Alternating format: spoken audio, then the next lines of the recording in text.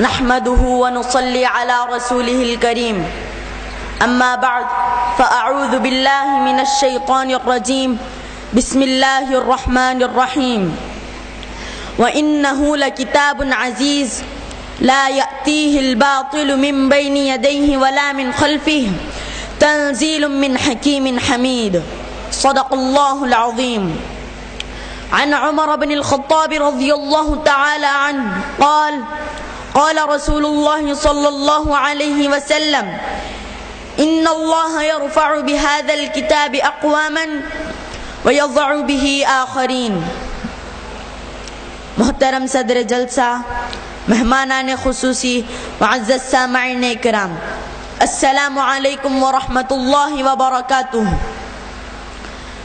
آج کے اس عظیم الشان جلسہ دستار بندی میں میری تقریر کا عنوان ہے قرآن کا تعارف، قرآن کی زبانی۔ محترم سامعین کرام، قرآن حکیم دنیا کی عظیم ترین کتاب بھی ہے اور مظلوم ترین کتاب بھی ہے۔ دنیا کی کسی شخصیت پر، کسی قوم پر، کسی کتاب پر اتنا ظلم نہیں ہوا ہوگا جتنا ظلم خود مسلمانوں نے قرآن حکیم پر کیا ہے۔ ہم قرآن کے نام پر تقریبات تو منعقد کرتے ہیں، ہم اپنے جلسوں کی رونق کے لیے تو اسے پڑھتے ہیں، ہم جھوٹی قسمیں کھانے کے لیے اسے اپنے سر پر تو رکھتے ہیں، ہم بیماروں کی شفا کے لیے اسے تعویذ تو بناتے ہیں، ہم اسے خوبصورت غلافوں میں بند کر طاقوں پر تو سجاتے ہیں، لیکن اس پر عمل کرنے کے لیے تیار نہیں ہوتے۔ حقیقت شناس شاعر کے یہ اشعار حقیقت کی تصویر پیش کرتے ہیں۔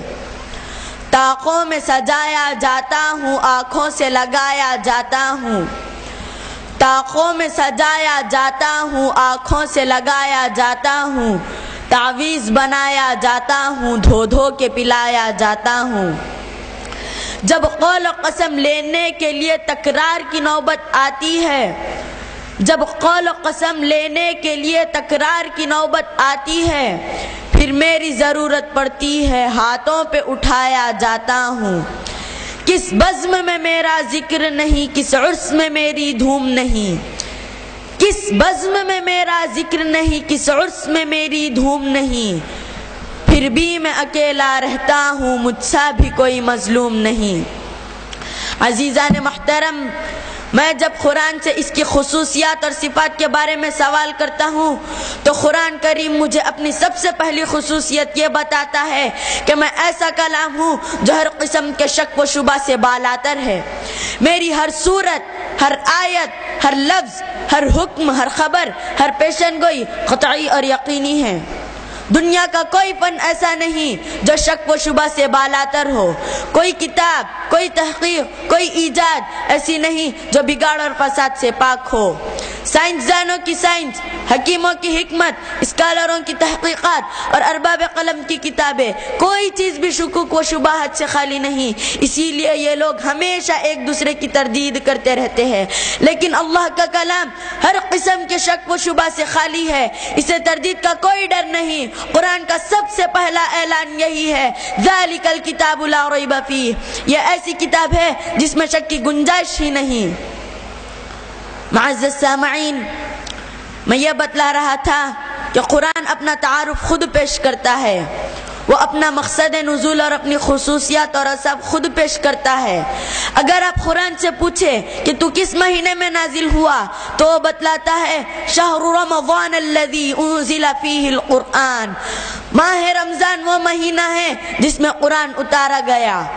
اگر پوچھے کہ کس رات میں نازل ہوا تو وہ بتلاتا ہے انا انزلناہ فی لیلۃ القدر، بے شک ہم نے اس کو لیلۃ القدر میں نازل کیا ہے۔ اگر پوچھے کہ کدھر نازل ہوا تو وہ بتلاتا ہے فَإِنَّهُ نَزَّلَهُ عَلَىٰ قَلْبِكَ بِإِذْنِ اللَّهِ، اس نے تو اس قرآن کو اللہ کے حکم سے آپ کے دل پر اتارا ہے۔ اگر پوچھے کہ تجھے لے کر کون آیا تو وہ بتلاتا ہے قُلْ نَزَّلَهُ رُوحُ الْقُدُسِ، کہہ دو کہ روح القدس قدس حضرت جبرائیل علیہ السلام اسے لے کر آئے ہیں۔ اگر پوچھے کہ جبرائیل کون ہے تو وہ بتلاتا ہے ذی قوت عند ذی العرش مکین مطاع ثم امین، بڑی قوت والا، صاحب عرش کے نزدیک مرتبے والا، جس کا کہا مانا گیا اور اس کے علاوہ وہ امانت دار بھی ہے۔ اگر پوچھے کہ کس کی طرف سے نازل ہوا تو وہ بتلاتا ہے تنزیل من الرحمن الرحیم، یہ نازل کردہ ہے شفیق مہربان کی طرف سے۔ اگر پوچھے کہ کس زبان میں نازل ہوا تو وہ بتلاتا ہے بلسان عربی مبین، کھول کر بیان کرنے والی عربی زبان میں نازل ہوا ہے۔ اگر پوچھے کہ تیرا مقصد نزول کیا ہے تو وہ جواب دیتا ہے ھدی للناس، میں تمام لوگوں کے لیے ہدایت کا ذریعہ ہوں۔ عزیزان محترم، قرآن کا تعارف قرآن کی زبانی تو آپ سن چکے ہیں۔ آئیے میں اب آپ کو اس ذات مقدس کے چند ارشادات بھی سنا دوں جس عظیم ذات پر یہ قرآن کریم نازل ہوا، وہ قرآن کے بارے میں کیا فرماتے ہیں۔ حضرت عمر بن خطاب رضی اللہ تعالی عنہ فرماتے ہیں کہ رسول اللہ صلی اللہ علیہ وسلم نے فرمایا ان اللہ یرفع بهذا الكتاب اقواما ویضع به آخرین، اس کلام کی وجہ سے رب کریم بعض لوگوں کو رفعت اور عظمت عطا فرماتے ہیں اور بعض لوگوں کو پستیوں اور ذلتوں میں پھینک دیتے ہیں۔ وہ لوگ جو سچے دل سے قرآن پر ایمان لائے، اسے سمجھ کر پڑھا اور اپنی انفرادی اور اجتماعی زندگی میں اس پر عمل کیا، انہیں اللہ تعالی نے ایسی بلندیاں عطا کی کہ آج تک زمین و آسمان میں ان کی بلندیوں کے چرچے ہیں۔ اللہ تعالی نے انہیں ایسی عظمت عطا کی کہ عظمتوں اور وجاہتوں کے بڑے بڑے مدعی ان کے پاؤں کی ٹھوکر بنے۔ انہوں نے تاج کسریٰ اور تخت قیصر اپنے پاؤں تلے رون ڈالا۔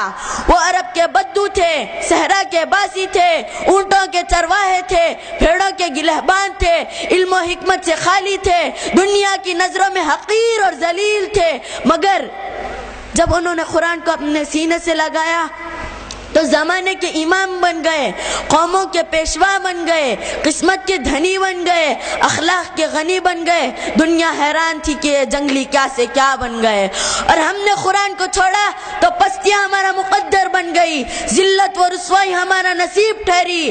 کفار ہماری ذلت پر بھپتیاں کستے ہیں، مذاق اڑاتے ہیں، یہودی ہم پر ظلم ڈھاتے ہیں، رافضی ہمارے آقا کے جانسار غلاموں کے بارے میں بد کلامی کرتے ہیں۔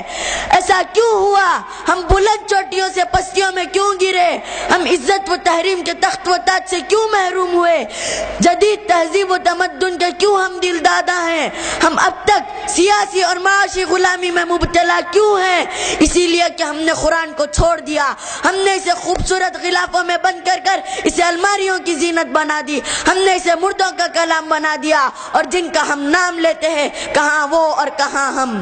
ان کی زبانیں تو قرآن کی تلاوت سے تر و تازہ رہتی تھی، ان کی آنکھیں قرآن کی زیارت سے ٹھنڈی ہوتی تھی، ان کے کان قرآن کی حلاوت سے شیرینی محسوس کرتے تھے، قرآن ان کا اوڑھنا بچھونا تھا، قرآن ان کی شان تھا، قرآن ان کا وقار تھا۔ ان کی بچوں کی زبانیں سب سے پہلے قرآن سے آشنا ہوتی، ان کی بچوں کی مائیں انہیں قرآن کی لوریاں سناتی۔ مگر آج ہماری حالت کیا ہے؟ ہمارے نوجوانوں کے ہاتھوں میں ہارمونیم اور سارنگیاں ہیں، ان کی زبانوں پر فحش گانے کے بول ہے، ان کی آنکھوں کو عریانیت سے ٹھنڈک ملتی ہے، ان کے کان مشرقی اور مغربی موسیقی میں حلاوت محسوس کرتے ہیں، فلمیں ان کا اوڑھنا بچھونا ہے۔ ہمارے بچوں کی زبانیں سب سے پہلے گانوں اور گالیوں سے آشنا ہوتی ہے۔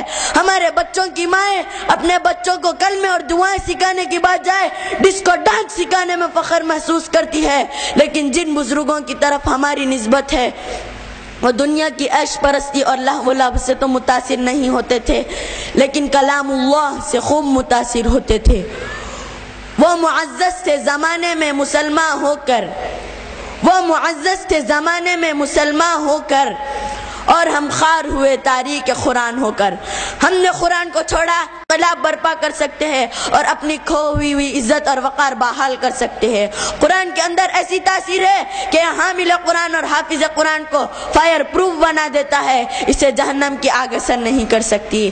مسلمانوں، قرآن مقدس کو نازل کرنے والے کی قسم، جس معاشرے میں قرآن کی حکمرانی ہوگی وہ معاشرہ بے مثال ہوگا، جس ملک میں قرآن کا نظام ہوگا وہ ملک بے مثال ہوگا۔ اگر تم بھی بے مثال بننا چاہتے ہو تو قرآن کو اپنا لو، اسے اپنے سینے سے لگا لو، روحوں کو چمکا لو للہ۔